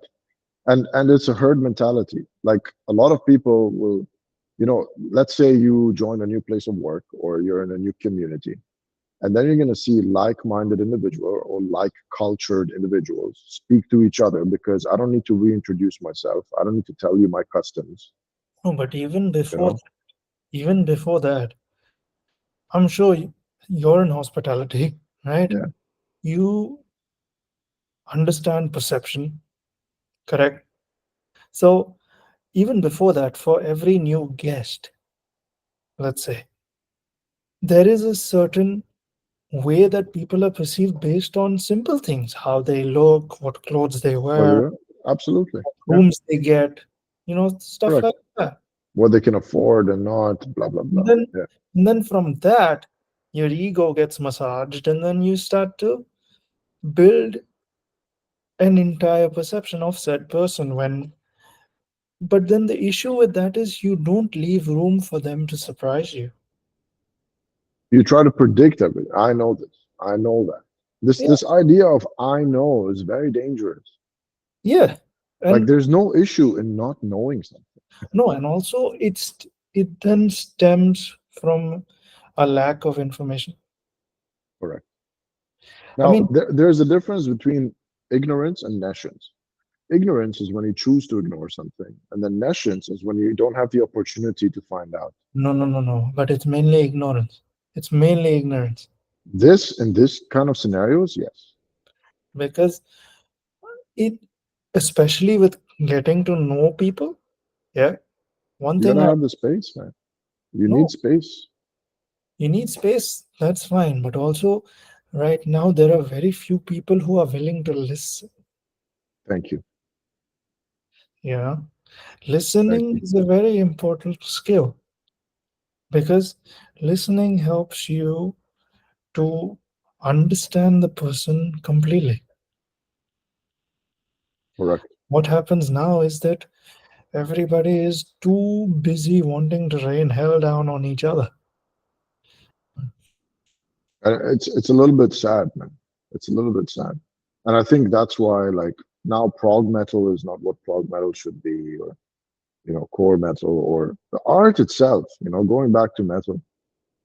It's just become so saturated and copy pasted, and like the same feeling over here, and oh, look at this, and oh, look at this, and look how low I can growl, and look how far I can jump, and look how tall this fucking amp is, so I put my fucking foot on it and pose. Like at one point, I'm not gonna say who, but at one gig, the photographer told me, "Can you try to move around on stage?" And I'm just like, first of all, I'm not comfortable being on stage. Second of all, I don't know how to move around. If I feel it, I will. He was But probably wanting you to stomp around like the rest of them.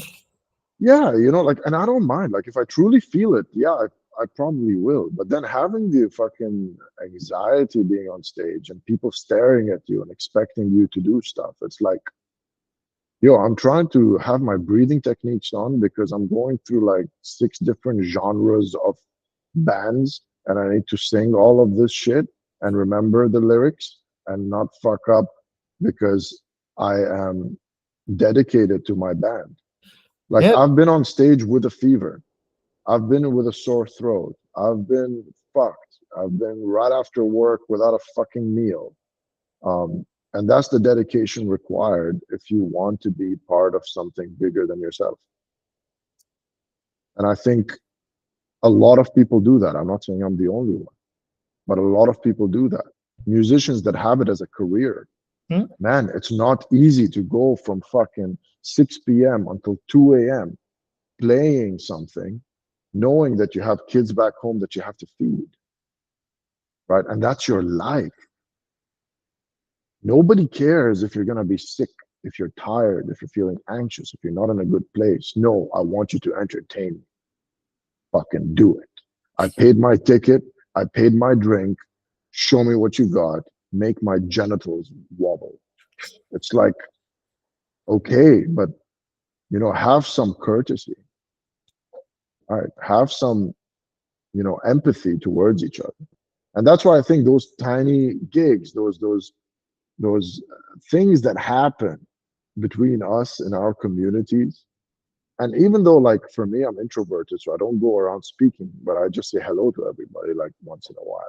Like, I learned this in one gig that we had at Oak Live with Nico. Is it was funny because something happened and Joel was tuning his guitar, and it was a long fucking pause, and I don't know what the fuck to do. And I'm supposed to be the front man. So good luck, Noia. You chose the wrong guy to be a front man. Um, So I started telling the crowd, like, okay, guys, since we're gonna take a little bit of time here, I'm gonna start reading you your horoscopes. So I pull up my phone and I'm like, okay, so who's up? Libra, fucking Cancer and shit. And I started reading the fucking horoscopes. You know, it was like a semi-comedy show for just a minute, and they were laughing, and I was laughing, and people were just having a good time. Then we got back into it, right? You But should have gone like, deeper, bro. It would have been funnier if you started telling them their angel numbers and stuff like that. there you go, fucking 1111 motherfuckers, get ready. Like, it's like shit, but like, it's those kind of experiences that come on the fly, right? And it's not because like, oh, I'm awesome, or no, it's just that you have that space and you don't know what to do, and then something snaps. And I think that's what happens sometimes in every gig. That people are done with their work, they have horrible bosses, or they have some certain, stress which is curdled up and stuck in a certain space. And then they come there and then boom, it gets released. You know, it gets released, and that's something beautiful to see. Except for the other ones who come to try to get laid with a metal chick and all that fucking nonsense. But then again, you need all different colors of a rainbow to have a rainbow. So be it. Live and let live in a way, as long as they don't fucking step on my toes or people I care about, then I think it's fine. But yeah, man. Well, this was fun. Yeah, it was. It was. And hopefully it progresses, man. And then, somewhere down the line we'll do this again. Oh, for Uh, sure, bro. We can do full band, no problem. oh, that would be interesting. I don't know if they'll have the time, but yeah, I'll tell them See, that for me, we I both have will do time now, so there's no problem. If you just speak to them, let me know. Because um, after you, I'm trying to get Sandy it. and Jeff. You know Jeff, right? From Yeah, recently. yeah, So, yeah. so I told him that because he told me I'm introverted too, and I was like, bro, everybody I've met is introverted. Don't worry. We kind of are actually. I'm very surprised. No, for me, Very I'm surprised. I'm extra, so I don't have problems. Yeah, of course you won't. But But I'm so surprised by so many mental people actually being introverted. man, when I got Paul, yeah, he he told me, I don't know if I'm gonna be able to speak. I'm like, yeah, chill. Don't worry. I'm not taking an exam. Yeah, but then, you said calculus. I'm like, what the fuck is calculus? Then I went on Google. I'm like, oh, well, fuck, I don't know that shit. But yeah, all right. No, no, it's not like I'm gonna tell you to solve a differential equation or something. No, Don't but worry. I like puzzles generally. But I think this is a very healthy thing. Like the conversation that we've had, the topics that we touched on.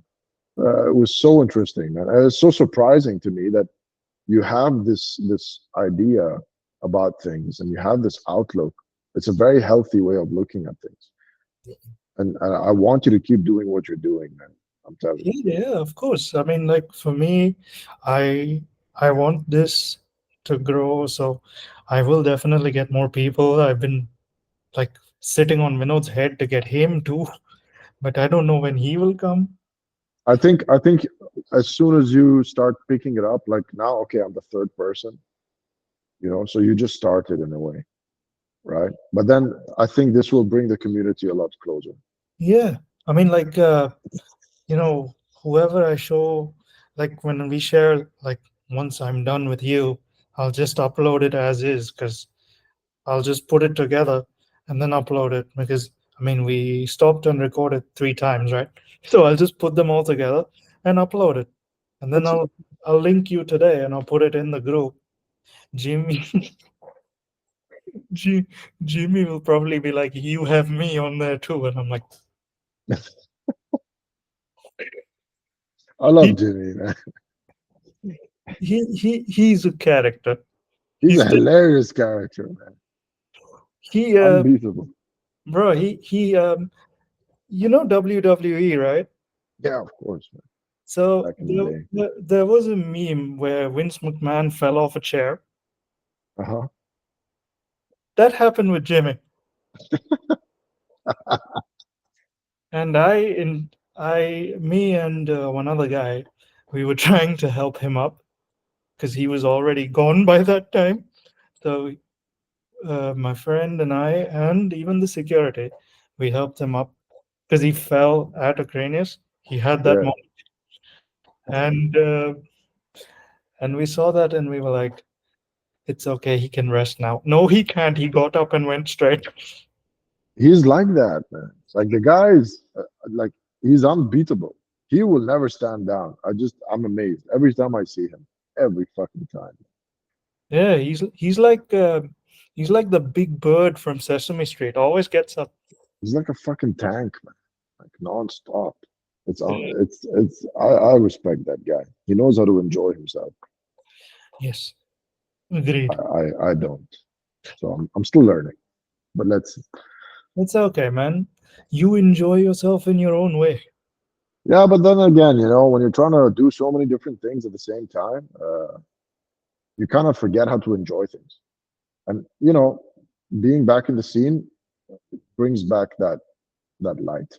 Yeah, So it's pretty cool, man. brings back the fire, right? Yeah, yeah, it does. All right, Sid. All right. Um, thanks again, man, and we'll catch up soon. And if you ever need anything or whatever, I mean, just let me know. Sure, sure.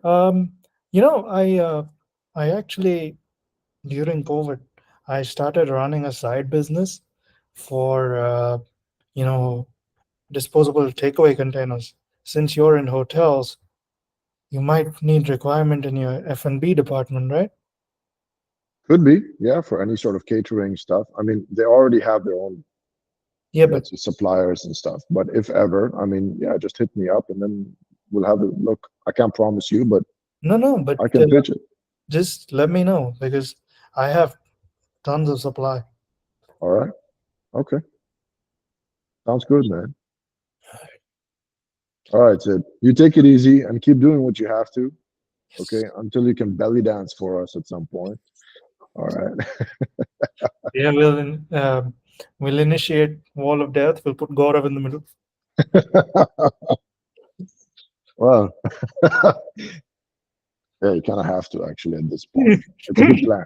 It's a good plan. Yeah. All All right, man. right. You You take take care. care of yourself. Likewise. I hope you enjoyed yourself. We'll do Yeah, this. I did. I did. I really, really did. We should do this again. I think I got like 50% of the intro out, and now you've become slightly extra now, A right? little bit. A little Because, bit. I got comfortable. yeah, because like from the way you're speaking to me, you sound way more comfortable. Absolutely, man. Absolutely. And for making people comfortable, that's my job. So it's okay. Yeah, and thanks for that, man. Thanks for that. Really, truly No, appreciate it, man. no All problem. right. So I'll see you around and hopefully see you at the next gig. Which one? There's two by Vinod and one by Defeated Sanity. Um, So we have our gig on next Friday, 28th. I'll see if I Uh, can for that. If my foot is not hurting, I've hey, man, you don't have to. At the end of the day, it's a gig.